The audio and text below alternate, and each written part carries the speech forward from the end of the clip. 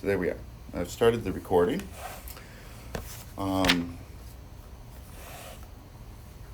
Okay, so what is this course? Well, calculus, although we call it, oops, remember how to use this app. We call this advanced calculus. The advanced, it's not that the material is more advanced, it's the material you've already seen. The advanced part is that we're going to be proving things.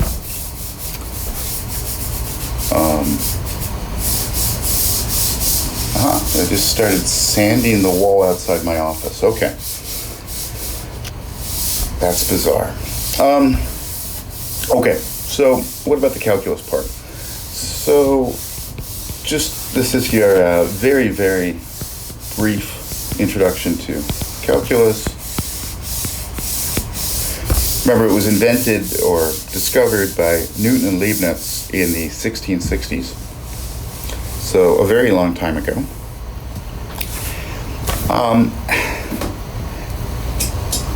And the whole thing about calculus right then was that it was not rigorous.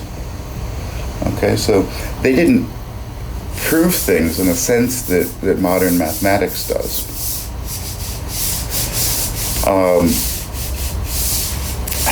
And in particular, in their arguments, they used quantities that were infinitely small and infinitely large. So you've seen, in calculus you have an integral, integrating f of x with respect to x is how we say it now. This dx term, that's been there since the very invention of calculus. But these guys just viewed it as being an infinitely small quantity. And so, they're going through like a proof, although now we wouldn't call what they did a proof, but like kind of a demonstration. And when it was convenient, they just set dx equal to 0. But then other times they wouldn't, you couldn't set it equal to 0. And so this all became quite troubling. The other thing they did is they didn't define their terms. So you kind of had to read between the lines about what they were actually, what the hypotheses of their theorems actually were. And then, the crazy thing, all the way back in the 1660s, they didn't have any notion of what a function was, even. Okay, so, their definitions of a function were kind of all over the place. So one of the definitions that they used was basically a function was a thing with a formula. Okay, that's a little bit too restrictive. Another thing they did is often they just kind of implicitly assumed that a function was continuous, which obviously we want our theorems to apply to more than just the continuous functions, because there's lots of functions out there that aren't continuous, and we'd still like theorems about them. And then sometimes they assumed that a function was a thing with a power series. And again, not every function has a power series. So these were all way too restrictive. Okay, so it was sort of in the 1800s, the 18 teens and 1820s, a group of mathematicians who were actually mostly French basically had just had enough of this and decided that they needed to redo calculus, and that's the course that we have now.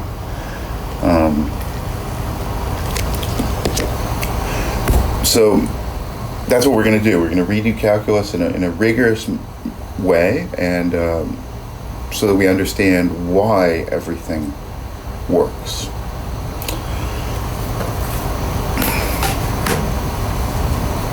So, before I start on that, Do I have any more questions? Go ahead and ask in the chat, or if you want to unmute yourself, that's fine too.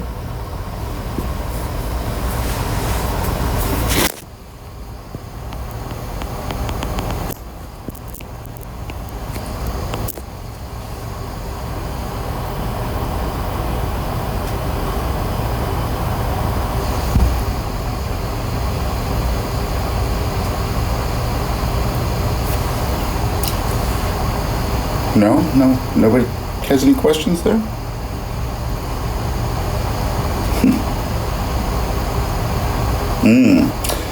Where a formula can be too restricted to describe a function. Yeah. I mean, just here's a real axis. I'm going to draw a function for you.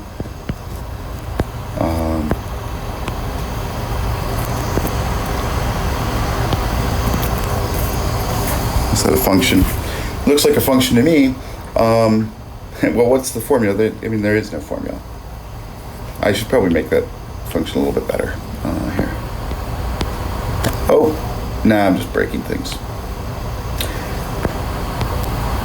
But could you describe that as like a piecewise formula, or is that? Sure. It could be a piecewise formula, but kind of the idea is why would we restrict ourselves that way?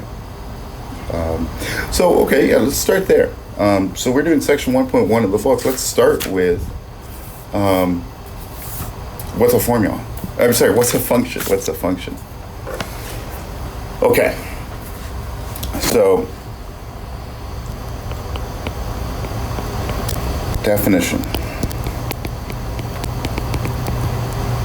Function from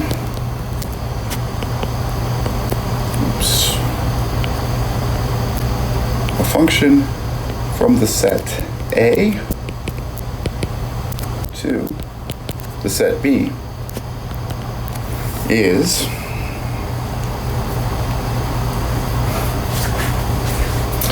so one way to define it is it's a rule associating each element of A to the unique element, which we usually write function f, and then f of A has to be in B. That's why it's a function from A to B. So that's our modern definition of function. And you'll see in there that, obviously they don't all have to have formulas that we can write down nicely. We haven't said anything about continuity, and certainly not all of these would have to have Howard series or anything like that. So these are the functions that this is the definition that we're going to use of a function.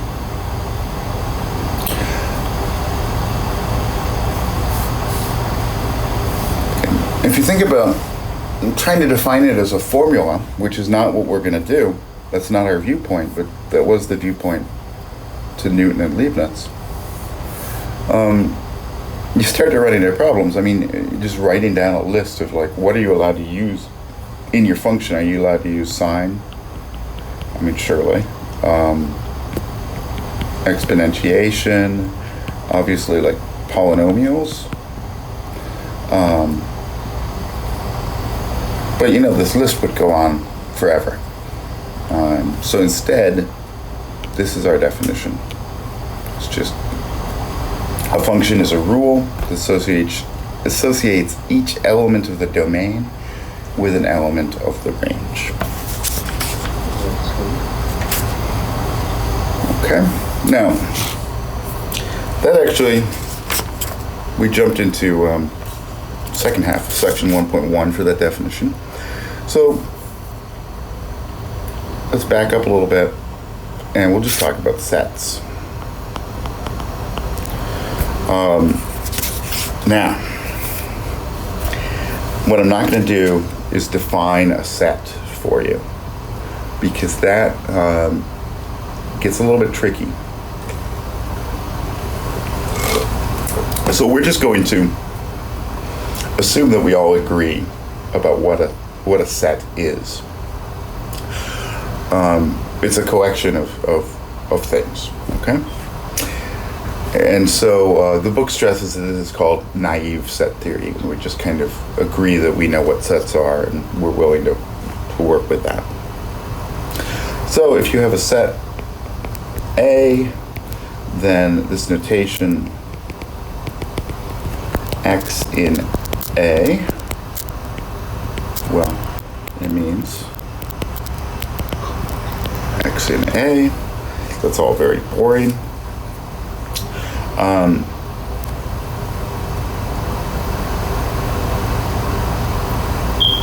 Yes, someone pointed out, yes, this unique associating every element of the domain to a unique element of the range, that's the vertical line test.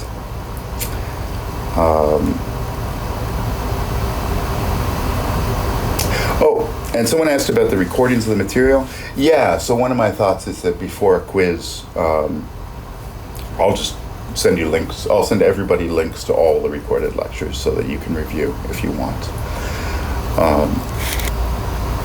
Okay. Okay. Now I wanted to do a proof because it's the first day and we should prove something. So I'm going to prove something really basic. Just to maybe illustrate what this course is going to be about. Okay, so there's this theorem in the book.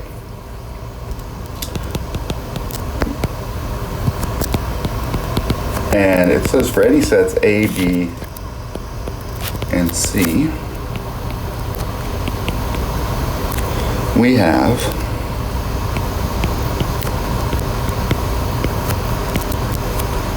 this is a very silly theorem.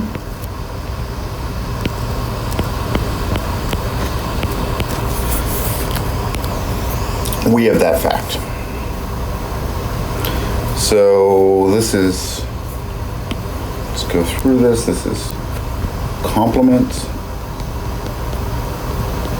This is union. And this is intersection. Okay. I'm not going to, go through the definition. In the book, there's definitions of all these things. I'm going to assume that we all hopefully agree on what these symbols mean. And let's do a proof.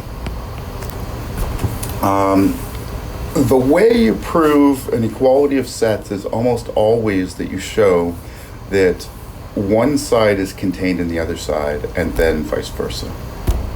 Okay? So we're going to take something that's over on the left and we're going to show that it's also on the right. So let's take an X in A minus B union C. So this means that X is in A and it's not in the thing we removed.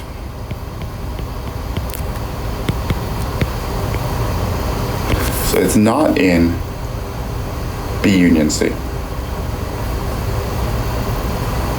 Oh, and someone's pointed out that I'm being stupid here. That's not complement. What am I talking about? It's really embarrassing. That's difference. And now, this is the problem with recording. Now this is going to exist for all time. Me writing complement there. Dying. Okay. X is not in B union C. Therefore,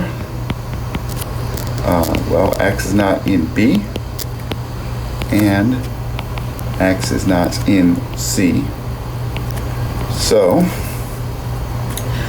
X is in A minus B, and X is in A minus C. And thus, x is in the intersection there.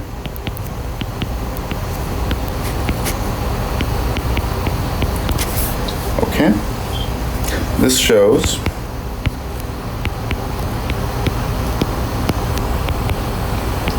that the left-hand side is contained in the right-hand side.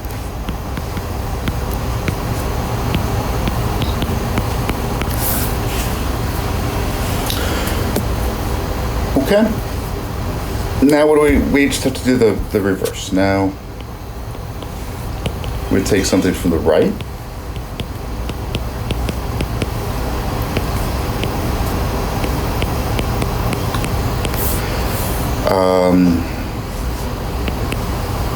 Thus, what do we know? X is in A.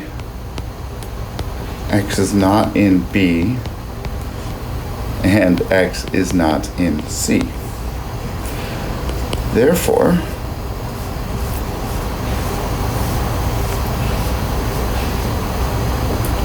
can we just jump to the conclusion? Well, let's look at.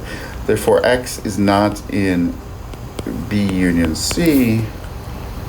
So, X is in A with B union C removed.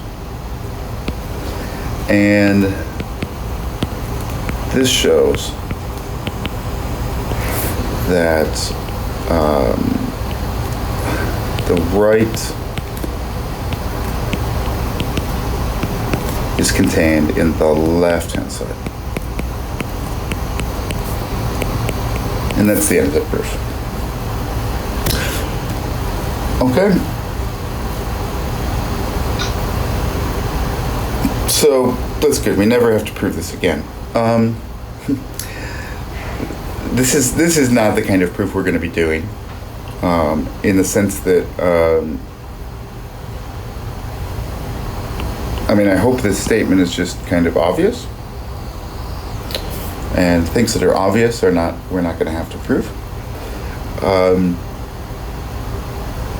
Okay, but this proof does illustrate the proof technique of if you need to prove the two sets are equal, you prove two containments. Okay, that's I think in the case of this proof, there's a slightly more clever way to do it. But generally, when you're proving that two sets are equal, you're doing the two containments all the time. Okay.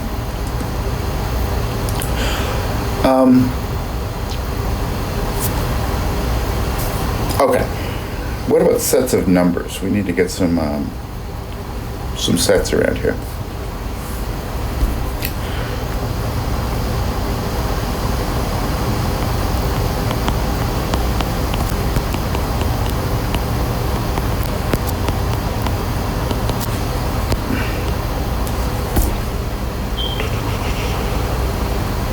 In abstract algebra, did a function have to be one-to-one? No. Isomorphisms have to be one-to-one, but not your functions. Okay. So here's an impossible quiz question. What is the set of natural numbers? You go look at a bunch of math books. 50% of them will have 0 in there, and 50% of them will not have 0 in there. Okay. I am a strong believer that 0 is a natural number, but unfortunately our book is not. So I guess we're going to try to stick with our book's definition that the natural numbers don't include 0.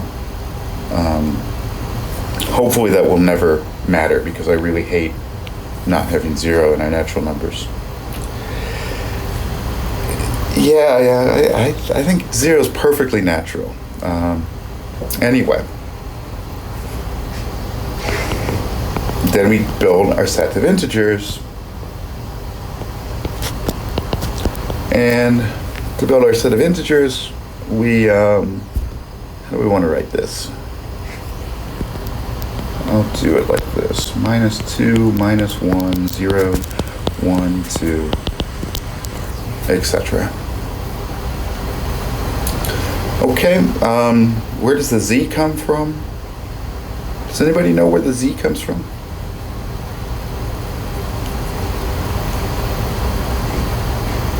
Very good. It's the German word for integer. Yes, it's the German word. Okay. Then we have the rationals. Things are getting a little bit more difficult here.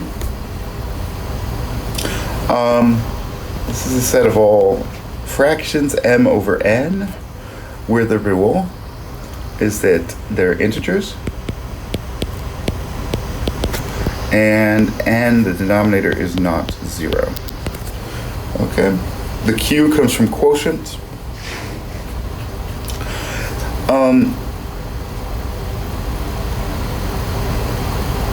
Something got more complicated when we went to the rationals, because we haven't. It's not immediately obvious when two rationals are equal. Okay, so just think about if you had, this is not a great definition because a lot of these things are the same. So you also have to add a rule that a over b equals c over d if and only if AD equals BC. Okay. Question, Ryder. Yes. Can we also define the rationals by saying that m and n have to be co-prime? Yeah, you're right. We could say that they have to be co-prime, and then we would get every rational number exactly once. Yeah. Okay, thank you. But in general, we want kind of more lenient definitions because we don't want to have to, every time we write a fraction, we don't want to have to check that they're co-prime. Okay, and then you can guess what's coming next. We have the reals.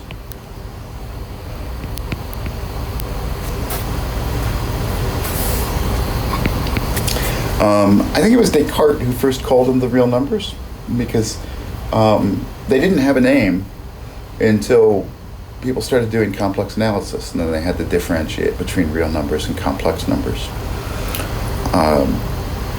Although, complex numbers are not in any way not real, but that's a different course. And now what should I write on the right-hand side? What's the definition of the real numbers?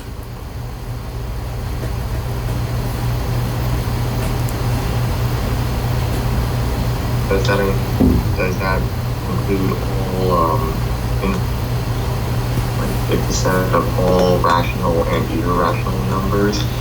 Mm-hmm. Yeah, it's all rational and irrational numbers. But then, how would I define irrational numbers? Numbers that cannot be defined by a quotient A over B. A over B. Yeah, although we have to be careful because then how would we define number? Right? So what is a number? And this is kind of the problem that they got into back in the 1600s when they were doing calculus, is just what are numbers? Okay.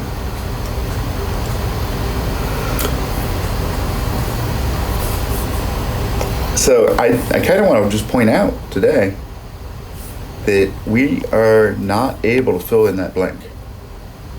Okay. Today we're not able to say what should go there. Okay. Now, just between us, what are the real numbers? They're the things with decimal expansions, right? We could define them as decimal expansions, except we have to be a little bit careful there too, because we can't assume that the decimal expansion terminates. We have to allow it to go on forever. And we have to be careful because, again, a little bit like the rationals, but some numbers have more than one decimal expansion. So if I just put 0.9 repeating, That's the same thing as 1.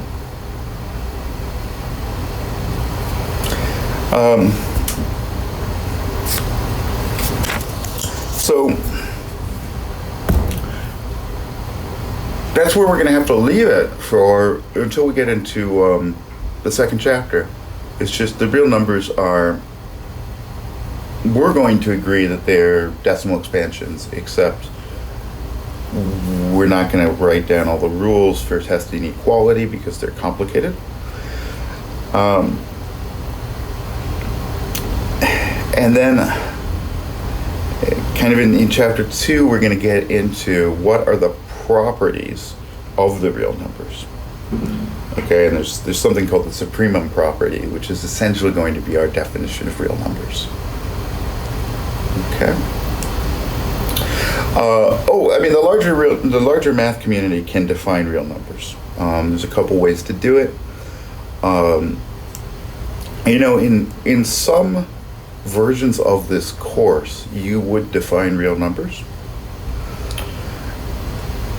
The thing is, and I've gone through it before. I guess I've never taught it before, but I've gone through it before. And the thing is, you end up, after you've done a rigorous definition of real numbers, you're just kind of like, okay, so I've got the real numbers. It doesn't make you any smarter about them. In fact, I think it kind of overcomplicates things. So yeah, we're not in this course going to define real numbers, but in the next chapter we will specify the properties they have that we are going to use. Okay. There's a thing called the supremum property, which is essentially, that's the definition of real numbers for us. Okay?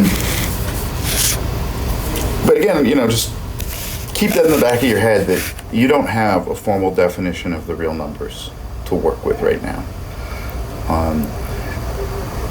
And we talked about how at the beginning, these guys doing calculus, they had quantities that were infinitely small or infinitely large.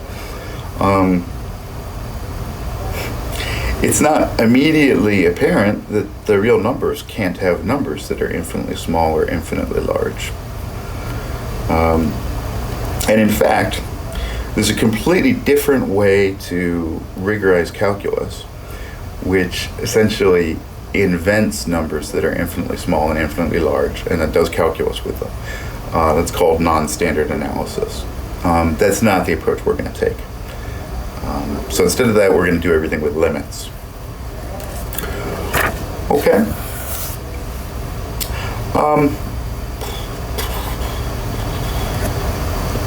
So today I wanted to go through sections 1.1 and 1.2. Okay, and we haven't touched 1.2 yet. Let's do a little bit more notation. We're going to go back to functions here.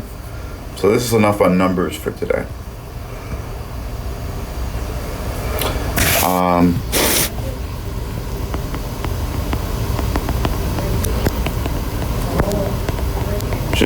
Just so we're clear, so we've said it once, notation for functions. F of E, if E is a set, is going to be the set of all f of x's for x in E. And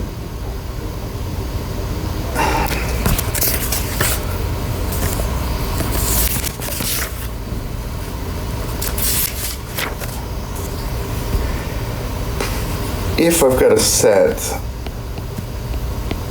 H, then F inverse of H is all the things that map to that set. Okay. We also, I guess, will want composition notation. F of G is that. Okay.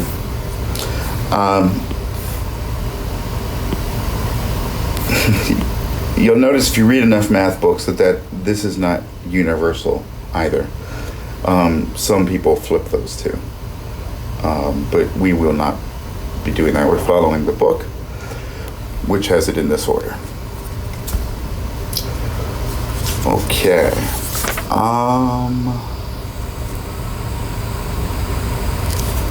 And I guess if we've got everything here, let's talk about inverses.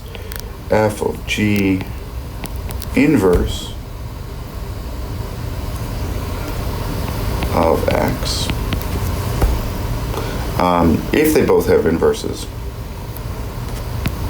Now the order reverses.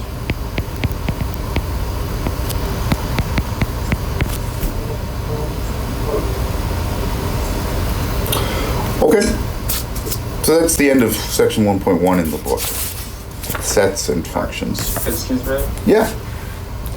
So in this last sentence you wrote here, are those only if f and g are invertible, or does this also work with the pullbacks? Yeah, you know what? That's a good point. Let's fix this. If I put a set in there, then I don't have to say anything about, if they have inverses.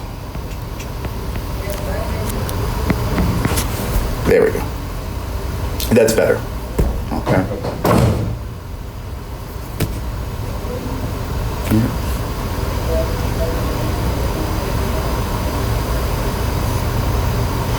Any other questions?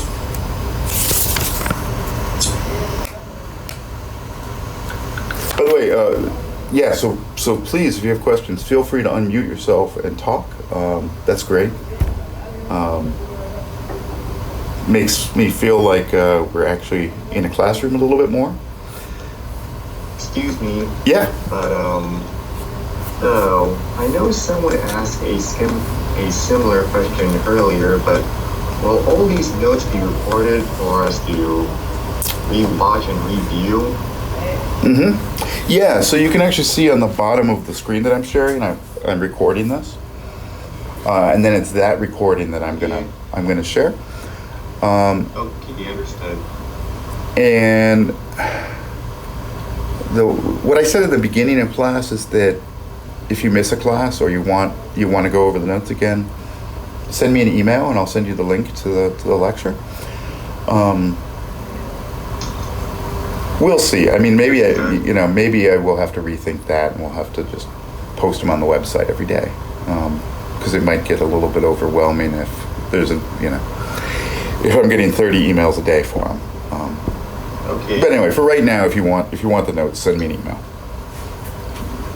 Understood. And then before the quiz, I'll put I'll send an email with like all the notes.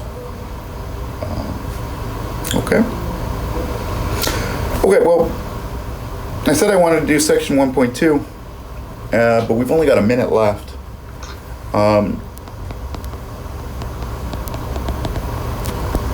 So instead, I'm just going to tell you what's in there. Section 1.2 is induction, which I hope you all saw in linear algebra. Again, it's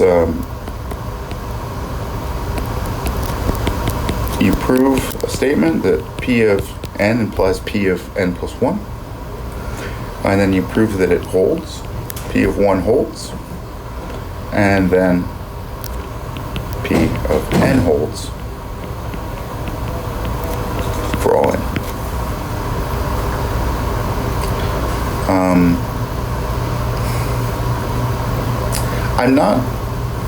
I can't actually tell you off the top of my head a theorem that we're going to prove in this course that's going to require induction. So maybe it's not the end of the world that we're not going to get to it today.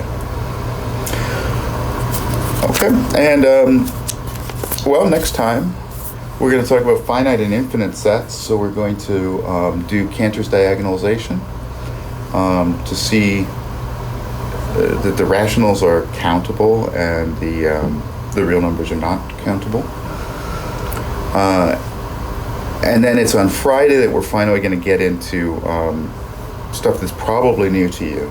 That's when we're going to start defining the properties that real numbers have. Okay.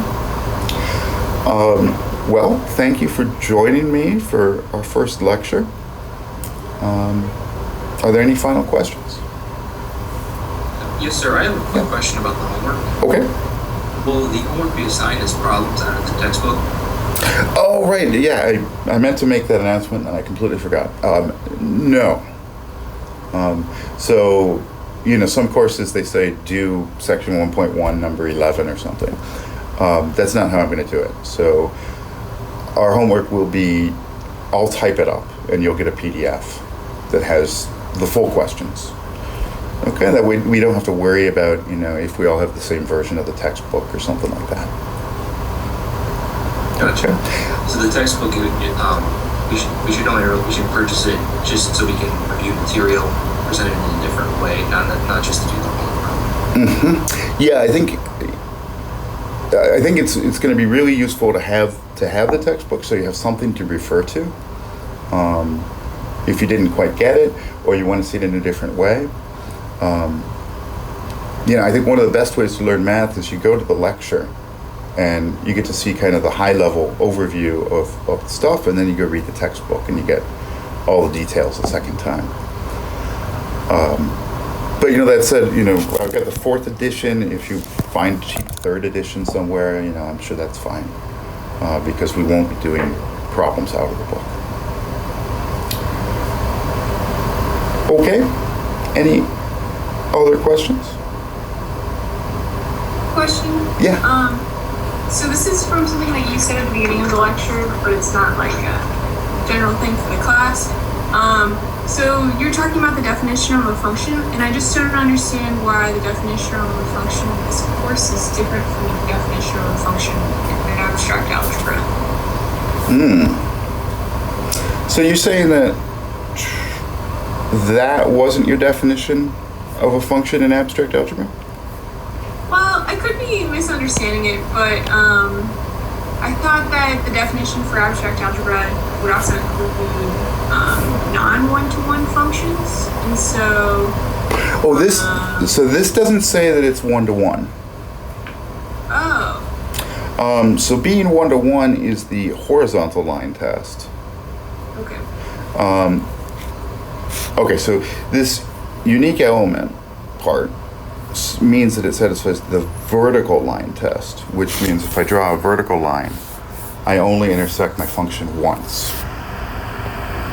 Okay? Being one-to-one is about passing the horizontal line test, which we're not insisting on. Okay. So the unique part of it definitely confuses me. So the unique, does it not imply that it's one-to-one because it doesn't imply the direction back? Right. Okay. I think I understand why you're reading this that way. What the unique means is for each A, there is only one f of A. Oh, so it won't be leading to 2 elements. Yes. So why don't we write it as associating each element A to... Why don't you erase? Come on. So we'll just change our definition here a little bit to only one element f of A. Is that clearer? Okay, that makes sense. Thank you. Okay, you're welcome. Okay, well, thank you. That's our first lecture, and I will see you on Wednesday. And feel free to email me in between if you have any questions, okay? And have a great rest of your first day of the semester. So, bye.